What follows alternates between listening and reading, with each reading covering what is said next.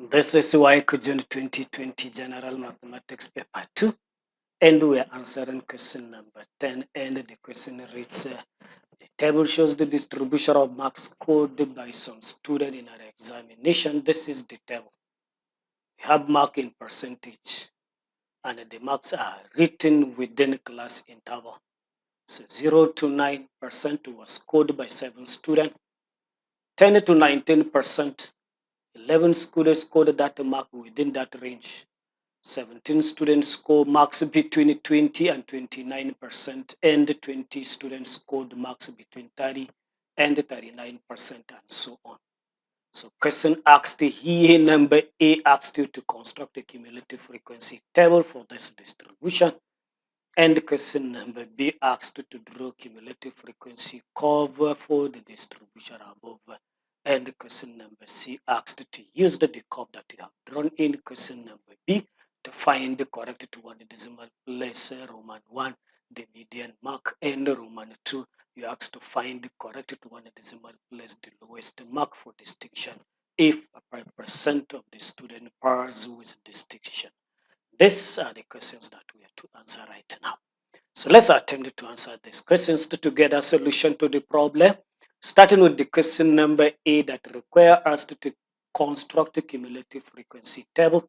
So I would like to change or convert this table from horizontal format to vertical format. Let me just move to the next page. I have more space there. So next page. So converting the table from the horizontal to vertical format, I have my marks in the vertical column, the very first column here, 0 to 9, 10 to 19, 20 to 29, 30 to 39, and so on. And I copied the frequencies there. So I have 7, 11, 17, 20, 29, and so on. These are exactly what I have in the other table. So what I'm going to do now is to have another new column for the cumulative frequency. For the very first class interval, the frequency is the same thing as the cumulative frequency. But if you move to the next class interval, the cumulative frequency will now be obtained by adding this 7 together with 11. That will give answer 18. So 18 will now be the cumulative frequency there.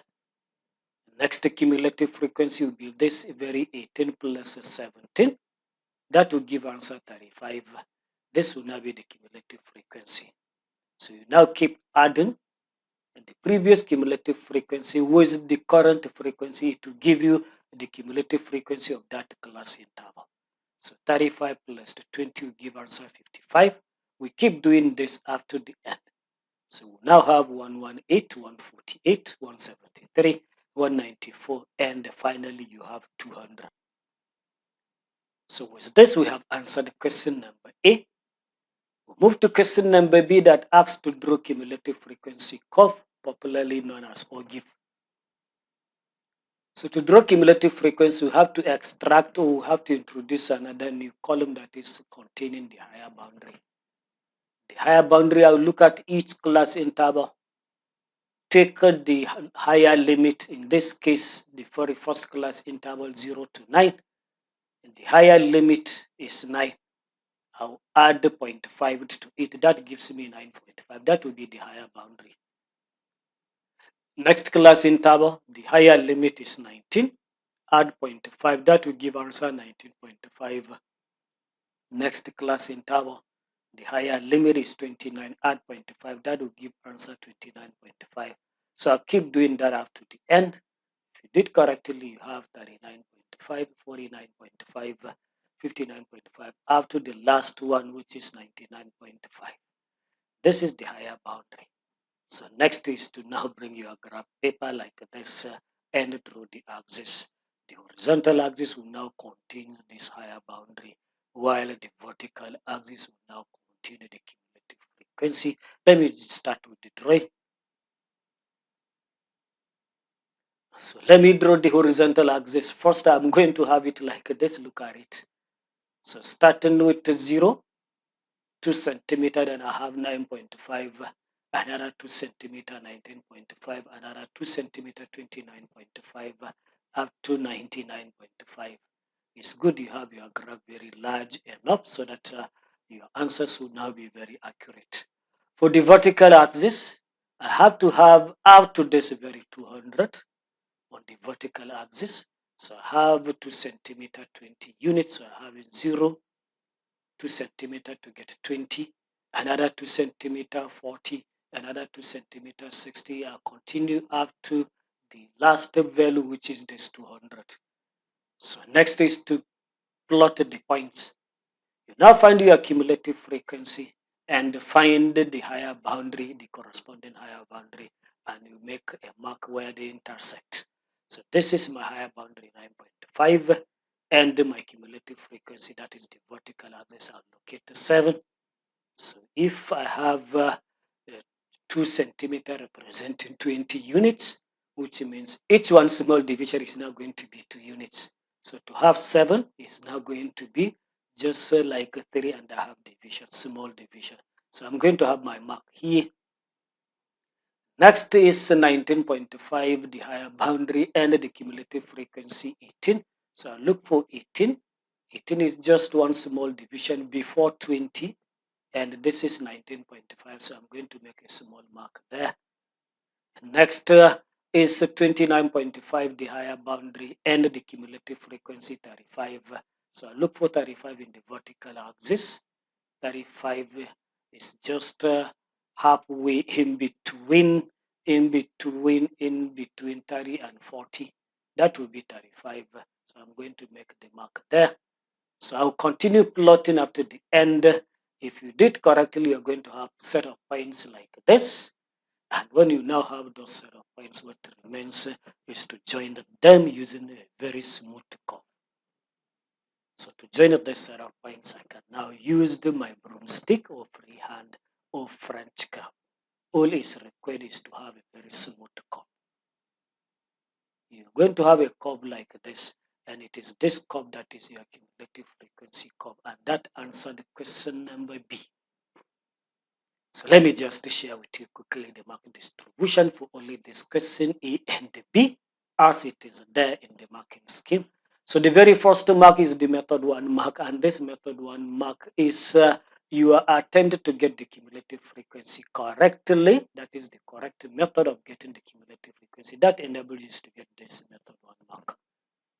And if all these cumulative frequencies all are correct from 7 to this 200, all are correct, you have this accuracy 3 marks. For any wrong one is going to be minus half a mark. So this question number A alone have 4 marks. Moving to question number B, plotting the set of points and drawing the curve correctly, you have bonus 3 marks. And using the higher boundary here, that is 9.5, 19.5 up to the end of 99.5, you have another bonus 1 mark. So in total, this question number B, that is drawing the cumulative frequency curve alone, also you attract 4 good marks. So let's just move to question number C. Question number C asked to use the disk curve that we have drawn to find the correct one decimal place the median mark. So starting with the median mark, that is the middle mark. Remember, this graph is like our students are now arranged from the one with the least mark to the one with the highest mark. So this number 200 student is the one that obtains the highest mark among all the students. So it's like this graph, our students are now arranged based on their marks starting from the least to the highest. So the median will now be the marks scored by the middle student. That middle student, if there are 200 altogether, the middle student will now be student number 100. So what you now do to find this median, you now draw a line from this position on the vertical axis, locate 100, draw a horizontal line to touch your curve. When it does that, then you draw another one vertically down. Let me just draw that. So you draw a horizontal line from 100 like this. Look at it. It touches the curve, then you draw another one vertically down. Then the value here on this axis, on this mark axis, will now be the mark scored by the middle student, which is our median. So according to my estimate, the mark here is now going to be 53.5. This would not be the mark. If this is 49, each small division is just 0.1. So I mean, it's like I'm adding 4 to 49.5. That will give answer 53.5. So this is the median. I'll move to Roman 2. We asked you to find what would now be the lowest mark for somebody to get a distinction. But what happened is only 5% out of this 200. That is 5% of the 200 students. It is only that number that pairs with a distinction. So what I'm going to do first is to get how many is this 5% of 200. That is the number of students that pairs with a distinction. So number of students with distinctions will now be equals to 5% of 200. And if you now multiply 5 by 200, divide the result by 100, it's going to give you 10. It is these 10 students that have distinctions among the 200 students. So among those 10 students that have distinction, what I'm going to do to find the lowest mark for this distinction, I will now find among these 10 students who among them has the least mark. The one with the least mark, what I'm going to do, I will now count down from this 200 down.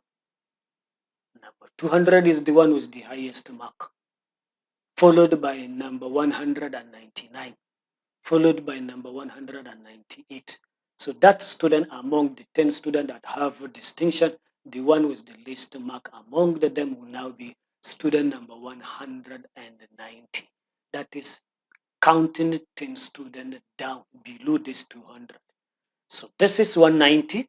You now draw a line from this 190 from the vertical axis to touches or to crosses your curve like this. When it touches, then you go down to the horizontal axis, that is to the mark axis. The number here would now be, so it's now going to be 87.5. So the lowest mark for this distinction is now going to be 87.5. And that answered all the questions. So let me just share with you quickly the mark distribution for that very question as it is there in the marking scheme.